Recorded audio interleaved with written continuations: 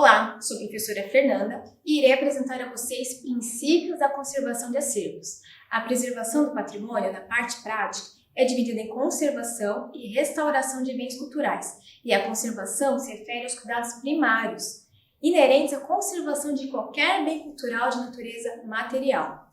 Nesta aula serão mostradas algumas dicas e técnicas de conservação, acondicionamento, transporte de materiais, obras e objetos. Vamos lá?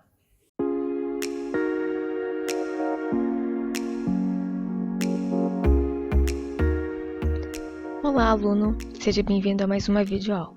Meu nome é Fernanda Yumi Corrados Feliciano, sou professora, formada em artes visuais e em museologia, colecionismo e curadoria, e nesta aula irei conversar com vocês sobre o tema Introdução à Conservação de Acervos. Antes de entrarmos na aula, vamos fazer uma breve recapitulação, um breve resumo do que aprendemos até agora. Nós estudamos sobre o conceito de patrimônio cultural, as diferenças entre cultura, civilização, entre folclore e cultura popular. Vimos as diferenças entre patrimônio material e patrimônio imaterial, as diferenças entre o livro de tombo e o livro de registro. Estudamos um pouquinho sobre a origem dos museus, como começaram as primeiras coleções e, por fim, nós vamos finalizar toda essa sorte de conteúdo com a preservação no seu aspecto prático, por meio da conservação de acervos. Então, basicamente, a conservação de acervos se refere à parte primária desse cuidado com o patrimônio. A conservação de acervos visa manter o objeto, a obra de arte, o artefato, o máximo possível em seu estado original, em seu estado natural, diferente do restauro, que ele já intervém de uma forma um pouquinho mais elaborada, um pouco mais precisa na peça. E a conservação, ela cuida apenas do aspecto superficial, apenas da parte mais externa da peça, ok? E tem várias áreas, tem várias categorias que ajudam a gente a entender o que seria essa conservação de acervos na prática. Nós temos a área de pesquisa, que ela é fundamental para a gente entender de onde veio a peça, qual a sua origem, quais foram os materiais usados, sejam tintas, madeira, cerâmica, que foram utilizados para fazer a peça. Precisamos ver a época da procedência dessa peça, porque às vezes, como a gente tem que manter no estado natural a peça, é importante que a gente encontre tintas, materiais, as cores mais compatíveis possíveis com a peça original. Então, se a peça ela foi feita em algo orgânico, em algo natural, o ideal seria manter essa característica e não utilizar coisas industriais, por exemplo. Nós temos também a catalogação, que seria o registro dessa obra, essa documentação. Toda vez que uma peça, um objeto, um artefato, ele entra para um acervo, ele precisa ser registrado.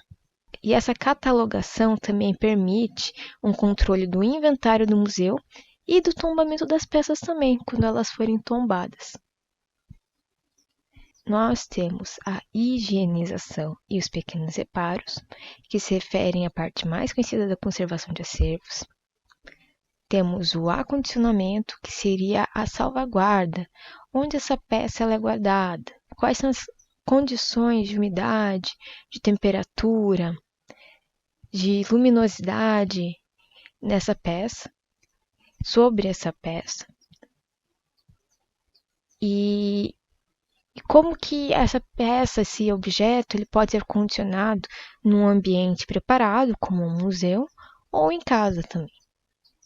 E, por fim, o transporte, que é uma parte também importantíssima, porque muitas peças elas sofrem quebras, elas sofrem rasgos, elas são danificadas por má manipulação durante o transporte.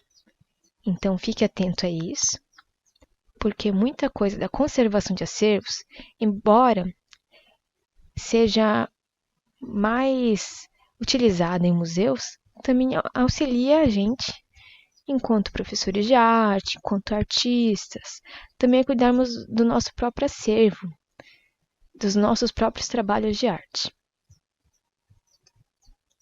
Então, o que seria a conservação? Segundo o dicionário Michaelis, a conservação seria o conjunto de normas ou procedimentos destinados a impedir a deterioração, pela ação do tempo, de obras de arte, livros antigos, monumentos, preservação. Então, como foi falado, nós temos dois tipos de conservação. A preventiva, que ela não interfere com os materiais e estruturas dos bens, não modifica sua aparência. E a curativa, que ela interrompe um processo ativo de deterioração ou introduz um reforço estrutural. Então, a conservação curativa, ela é diferente da restauração. Por quê? Na curativa, está acontecendo um ataque biológico. Por exemplo, fungos atacando um papel, uma gravura. E é preciso interromper esse processo de deterioração. Diferente da restauração, por exemplo, que já houve uma perda substancial da peça ou do artefato e é preciso reconstituí-lo.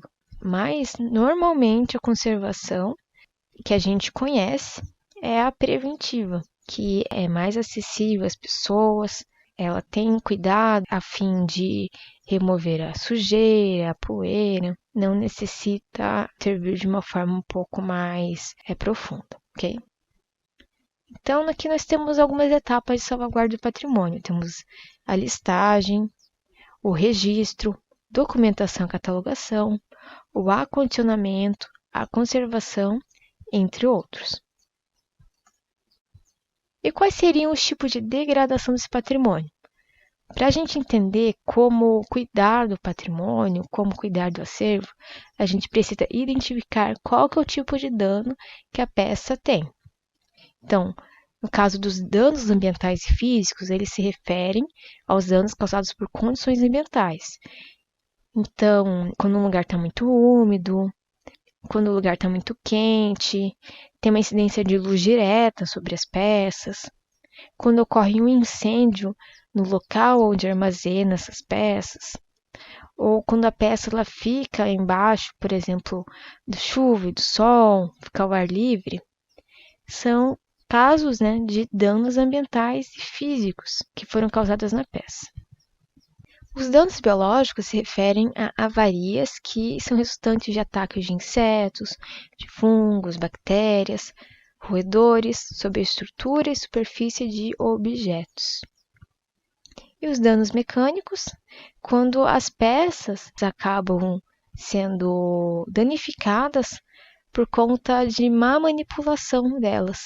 Então, a pessoa ela pega a peça de forma errada, em vez de pegar a peça por baixo, por exemplo, pega pela alça e a alça quebra, ou a pessoa ela vai transportar o artefato e acaba encostando, batendo numa quina, tropeçando no meio do caminho. Então, sempre tem que ter um cuidado quando a gente está transportando a obra. A gente vai falar um pouquinho mais para frente, ok? E tem um outro tipo de dano que não foi comentado no livro, mas que também pode ser considerado, que seria o dano químico. Então, por exemplo, tem uma pintura e ela está com verniz. Não é feita uma pesquisa prévia para ver que tipo de verniz que é esse, qual é a procedência dele, se ele é um verniz sintético ou um verniz natural. E se aplica um verniz aleatório sobre a tela. E a gente começa a ver que a tela começa a reagir e começa a se danificar. Esse seria um exemplo de dano químico, quando um produto químico ele provoca um dano na obra. E isso pode ser com qualquer tipo de peça, pode ser uma peça em papel, em bronze, em cerâmica, pintura, etc.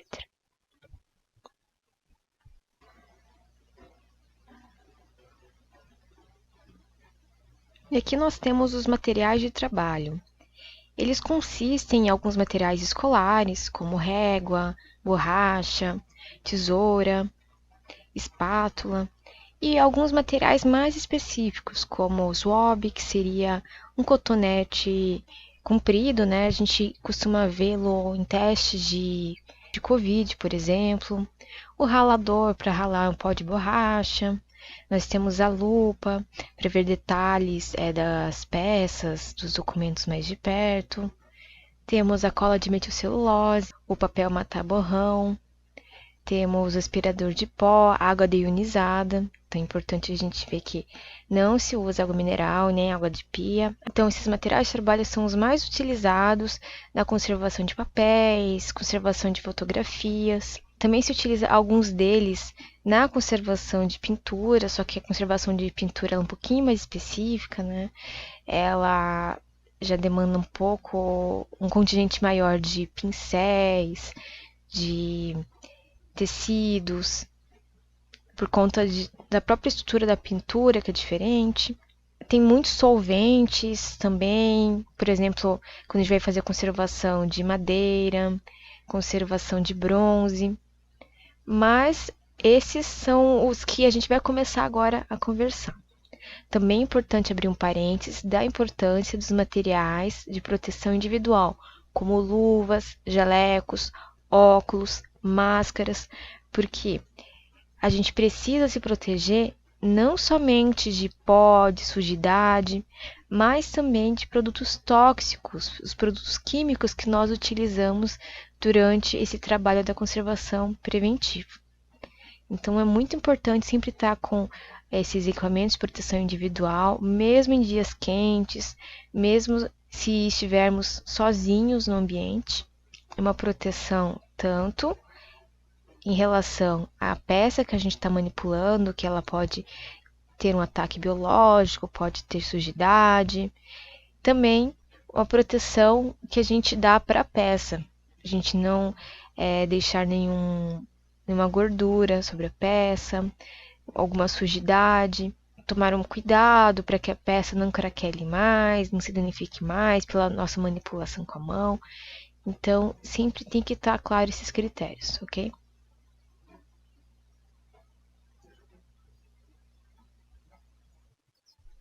Então, aqui nós temos duas imagens de duas pessoas fazendo a conservação de papel. Na primeira imagem, nós vemos a pessoa utilizando uma trincha simples, um pincel, removendo o pó do livro. Perceba que a pessoa está usando luvas. E aqui é uma etapa primária da conservação. Então, primeira coisa, a gente pega a peça, seja um livro, seja um documento, e remove o pó. Depois, numa segunda etapa, a gente faz uma higienização mecânica com uma boneca de pano. Como assim boneca de pano? Boneca de pano seria uma trouxinha de pano. Dentro dela tem um algodão que dá forma para essa boneca, né, essa bolsinha. E, em paralelo, é feita uma raspagem de borracha e com esse pó de borracha é feita essa higienização do livro. É importante que essa higienização seja feita com uma mão leve, para que não haja perdas das letras, dos desenhos, dos sinais gráficos que podem ter no livro, no documento. E deve-se evitar utilizar a mão, sempre utilizando luvas aqui, porque os dedos eles podem, por mais que estejam limpos, transmitir um pouco de gordura para esses documentos. Então, basicamente, conservação de papel, ela tem alguns passos, como separar os papéis por categoria, documentos, gravuras, desenhos, mapas, remover materiais ácidos, como grampos e fita durex. Por que ácidos? Porque são materiais que eles causam deterioração nesse papel. Então, os grampos, por exemplo, eles enferrujam e, por consequência, acabam enferrujando o papel juntamente. E a fita durex, quando ela é aplicada numa superfície, ela não é de boa qualidade, ou quando se passa o tempo, ela pode acidificar, pode ficar amarelada e acabar amarelando o papel também. Então, nesses casos, o que a gente recomenda? Se vocês observarem que tem um documento, uma gravura, que está com grampos, e os grampos são de cobre, vocês devem removê-lo e trocá-los por um grampo de inox. Fita durex, a mesma coisa. Evitem usar fita durex.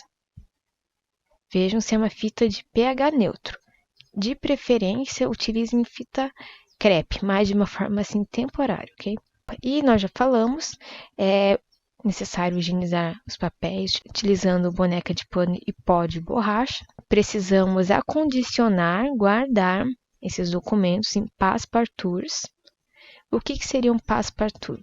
Passepartout seria um sanduíche de moldura.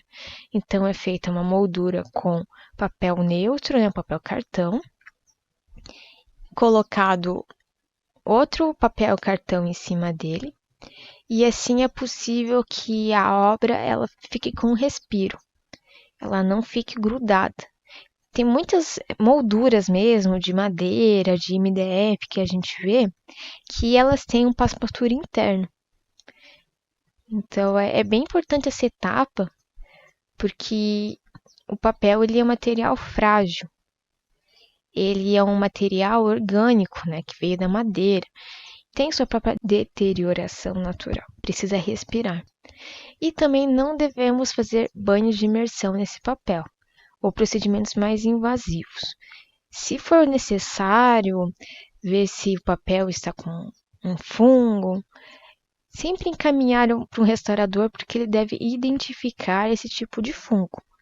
Muitas vezes a gente acha que é um fungo, mas pode ser uma mancha natural do papel, por conta disso que eu falei, que o papel ele vem da madeira. Então, tem uma proteína da madeira chamada lignina que faz com que o papel ele amarele com o tempo.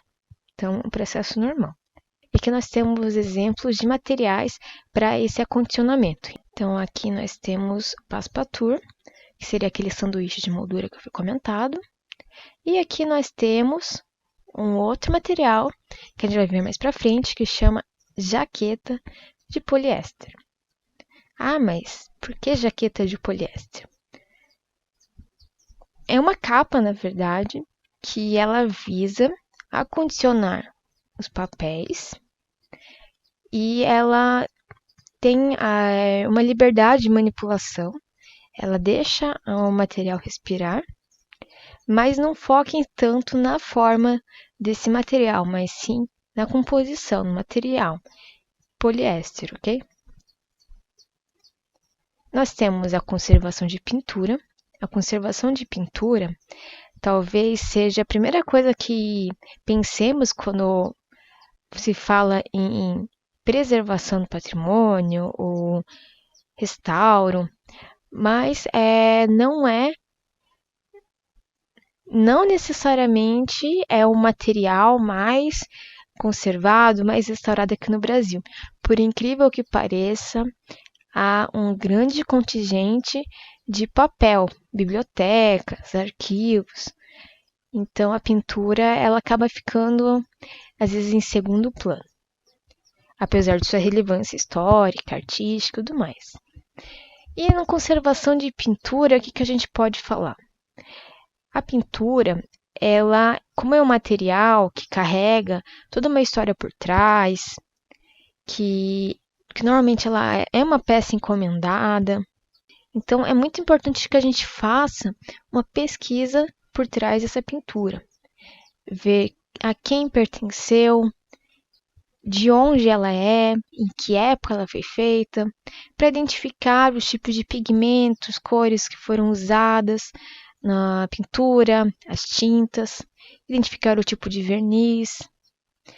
Também precisamos identificar como que ela foi acondicionada, para entender por que a pintura está craquelada, por que a pintura ela está conservada, por que a tinta ainda está secando, esses detalhes assim que a gente vai pegando na prática. E basicamente o cuidado da conservação de pintura de uma forma assim mais superficial, o que a gente faz? A gente remove grampos da moldura da pintura, que geralmente estão oxidando. Nós removemos o verniz. Podemos remover esse verniz com um swab, um cotonete, que a gente está vendo aqui na imagem do meio. E a pintura, ela também necessita ser feita por um restaurador, um conservador, um profissional habilitado. Por quê? Porque ela demanda exames técnicos.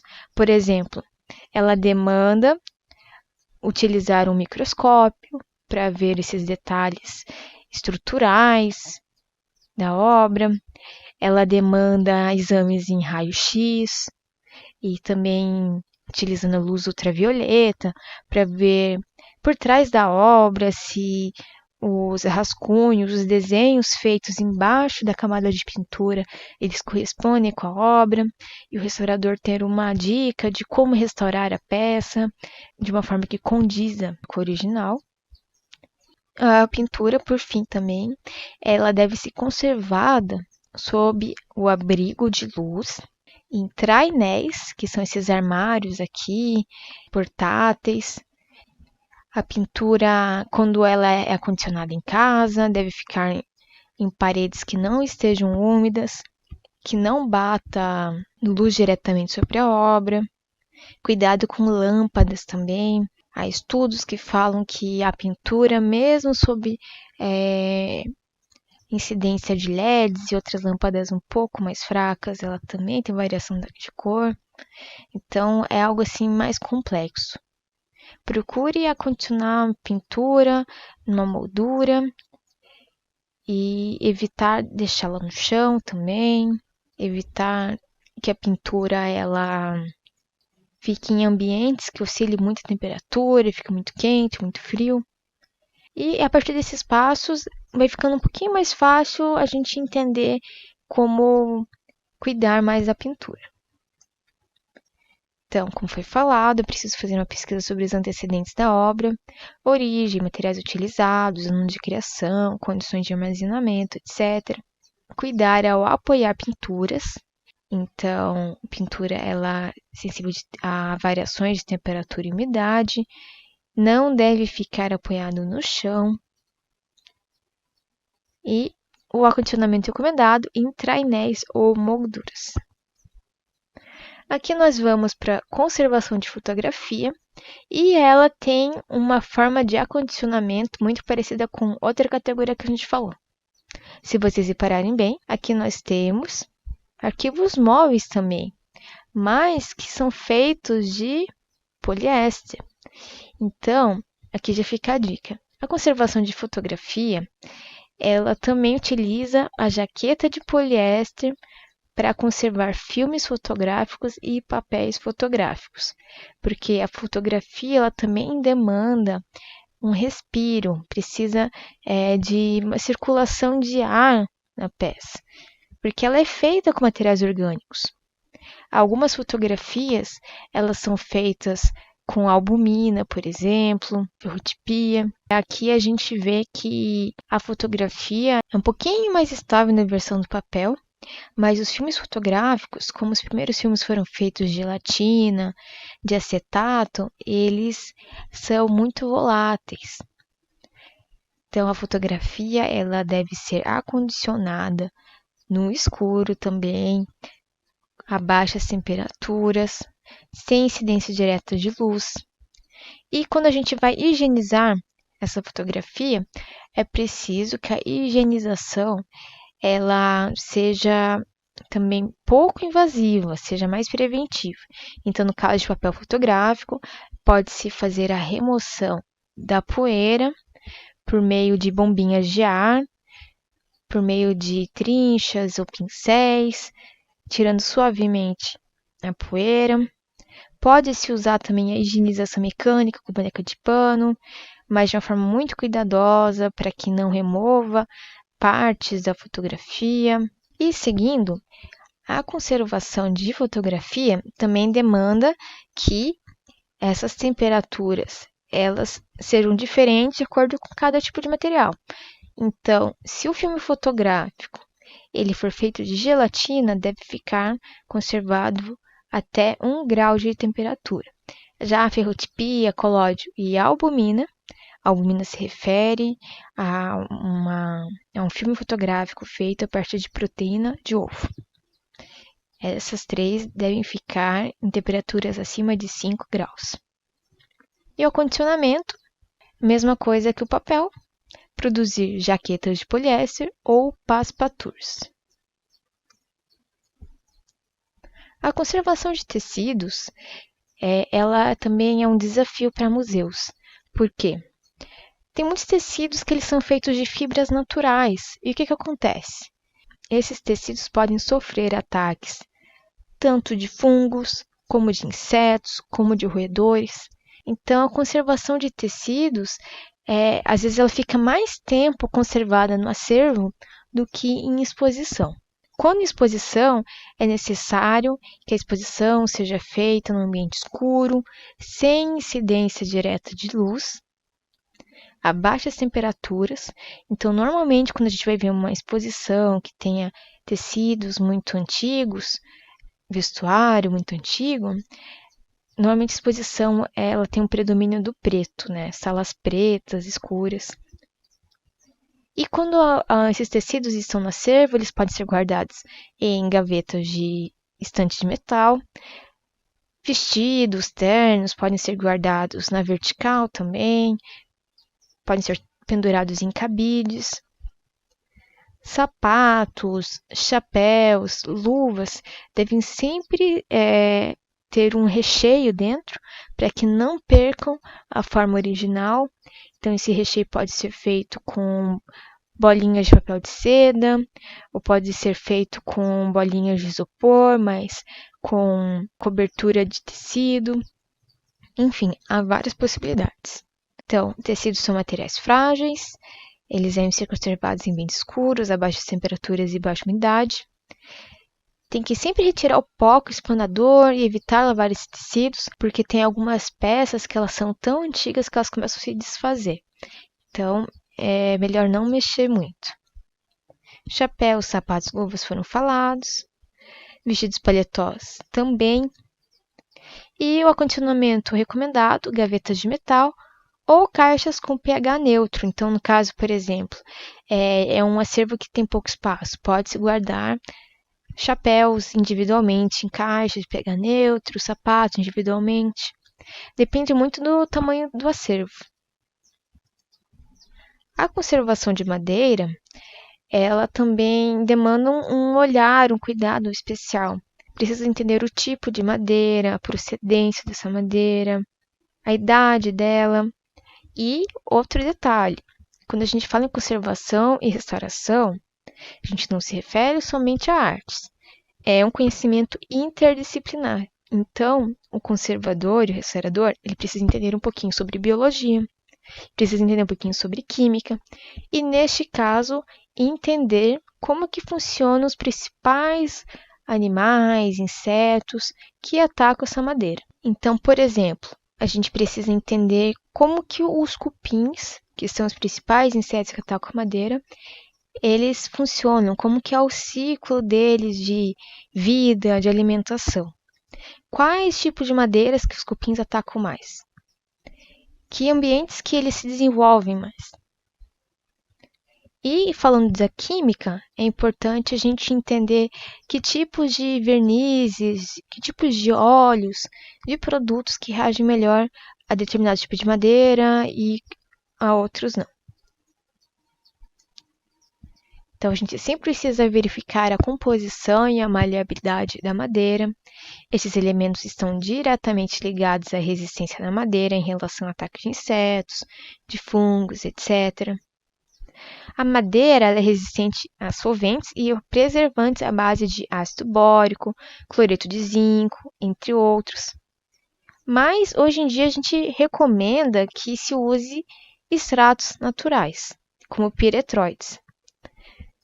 Porque, assim como o papel, que tem um certo risco da pessoa que está manipulando esse material se contaminar, a madeira também.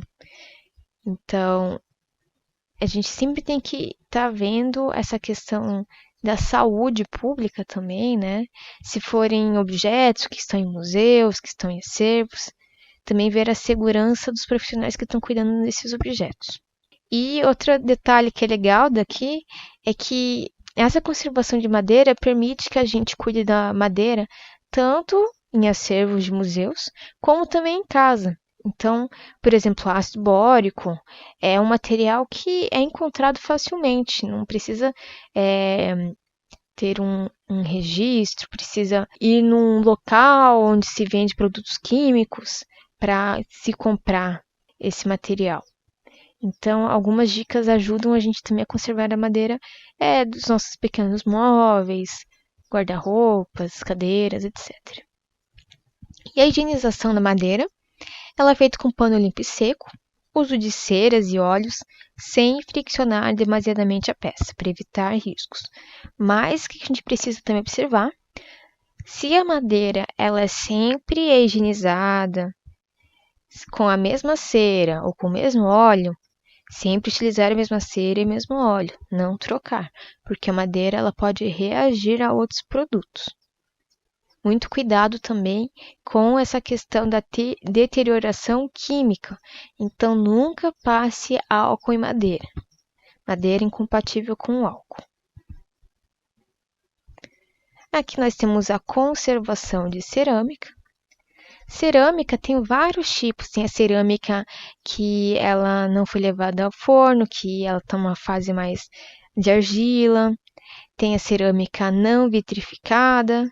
Tem cerâmica que se utiliza verniz, se utiliza outros produtos para dar um acabamento.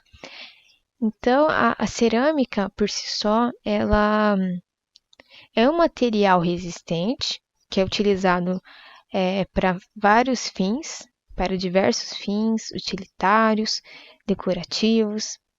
Mas quando ela está no museu, é necessário que ela fique numa temperatura amena, que se cuide para que não acumule sujidade, ou sujeira, no caso. Sujidade é um termo que a gente utiliza na conservação de acervos, né?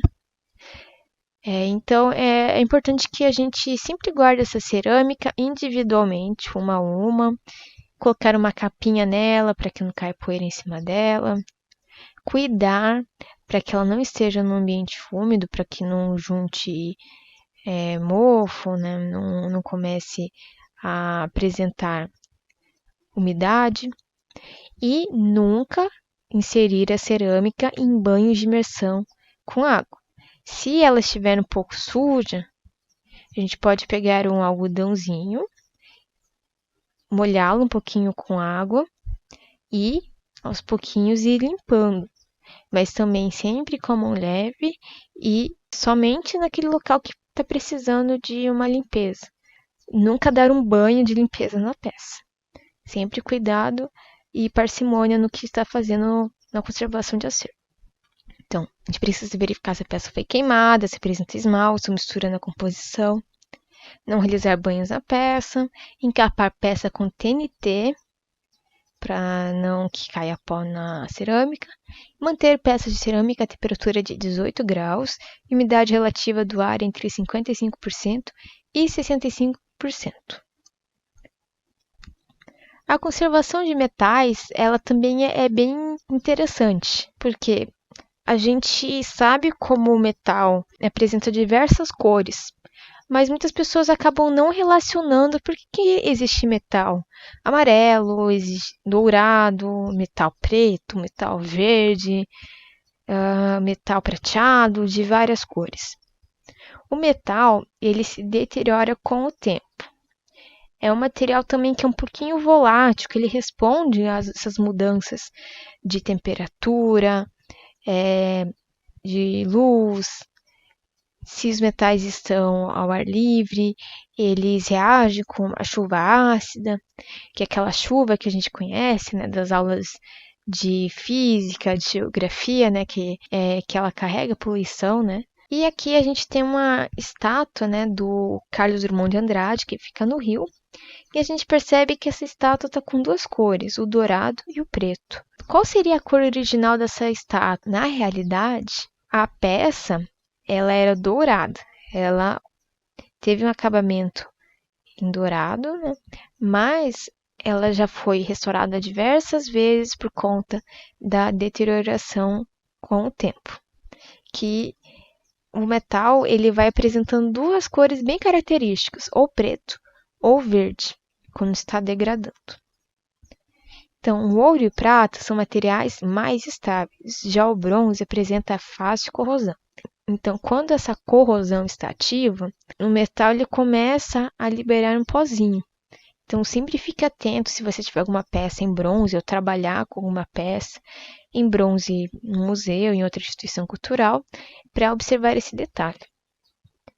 E o acondicionamento também é simples. Os metais eles têm que ser embalados em papel com pH neutro, papel de seda ou uma embalagem a vácuo, porque o metal ele reage com a umidade do ar, ok?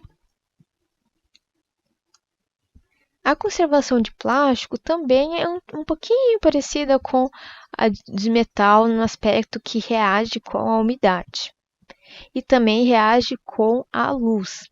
Então, essa velha máxima que o plástico ele é um material durável, não necessariamente. Já se sabe que alguns plásticos que são datados do final do século XIX, eles começaram a se deteriorar para valer agora, no final do século XX. Tem outro detalhe também, nem todo plástico ele é biodegradável. Nem todo plástico ele vai começar a se deteriorar depois de 2, 3, 4, 5 anos de uso.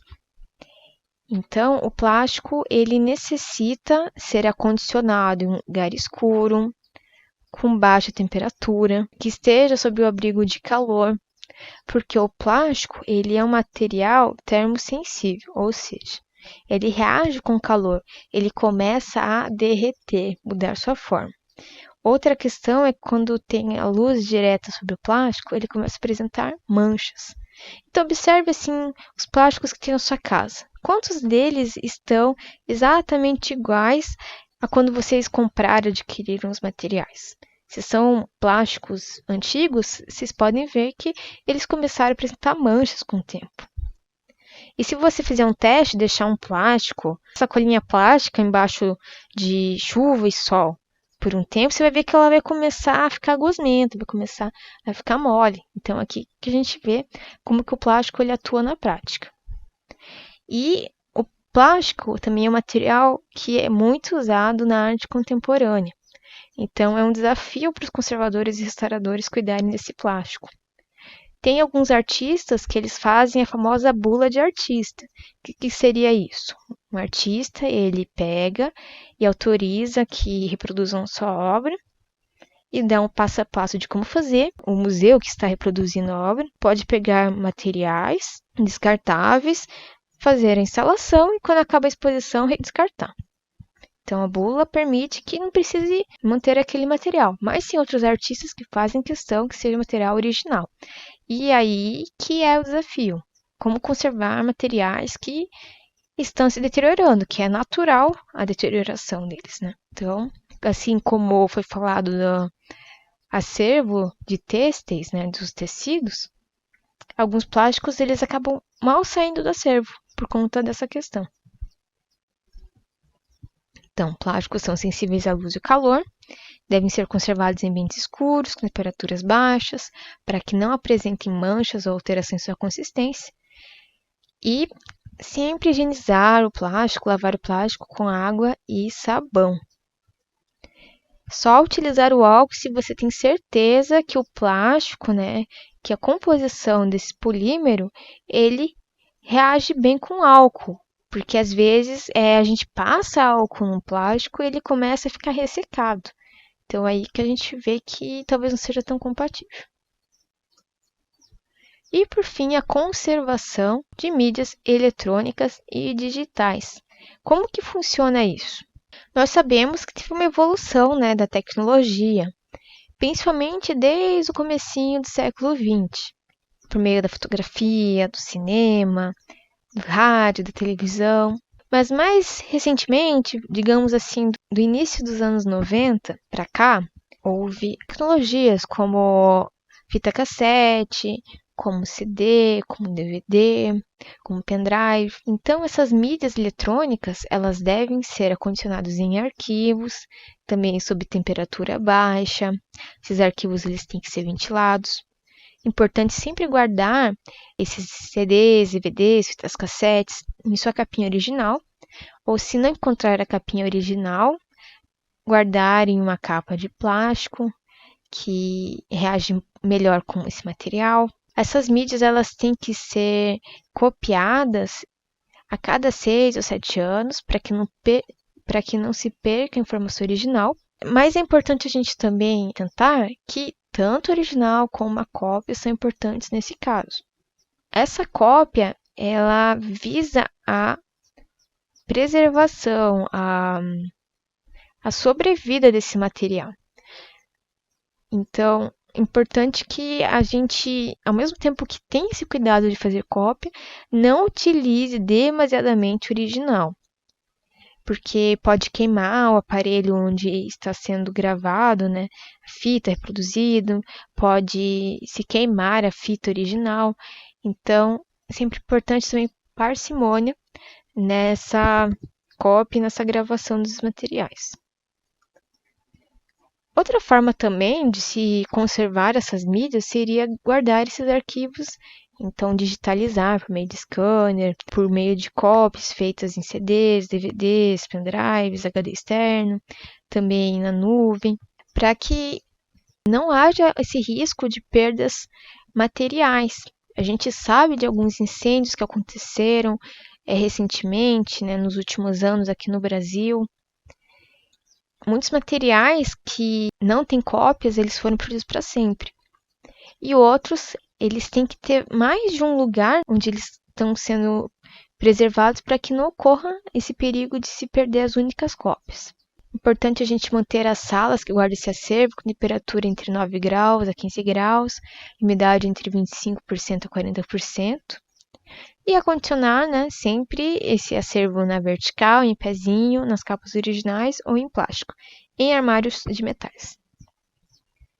Então é isso. Eu espero que vocês tenham gostado dessa aula, que tenham aprendido um pouquinho sobre conservação preventiva, no caso, que consigam conservar melhor os materiais de vocês enquanto professores e artistas, consigam explicar esse processo do cuidado, da preservação, levarem seus futuros alunos no museu e entender como que é ampla essa questão da preservação do patrimônio.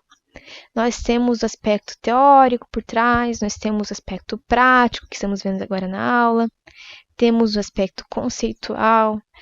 Então, a preservação do patrimônio, ela demanda um esforço conjunto de diversos profissionais para que a cultura, para que esse patrimônio permaneça. Eu espero que essa aula tenha aberto a cabeça de vocês, também para a importância do professor de arte ser um profissional interdisciplinar e também ser um exemplo de pessoa, de profissional que valoriza esse patrimônio, porque a arte faz parte disso. A arte também ajuda a conservar esse patrimônio. Ela também é uma forma da gente revisitar o passado, da gente conservar a cultura para o futuro. Então é isso. Muito obrigada e até logo. Nesta aula, aprendemos os aspectos práticos que permeiam a conservação e preservação do patrimônio, a partir de técnicas de conservação de acervos. Esta aula permitirá ao aluno a compreensão de como agir diante da degradação de principais tipos de acervo, assim como suas categorias e especificidades. O professor de arte deve ter um conhecimento interdisciplinar e o conhecimento sobre conservação de acervos permitirá que compreenda a importância da valorização do patrimônio cultural nacional, assim como a gestão do seu próprio acervo enquanto professor artista. Muito obrigada, bons estudos e até logo!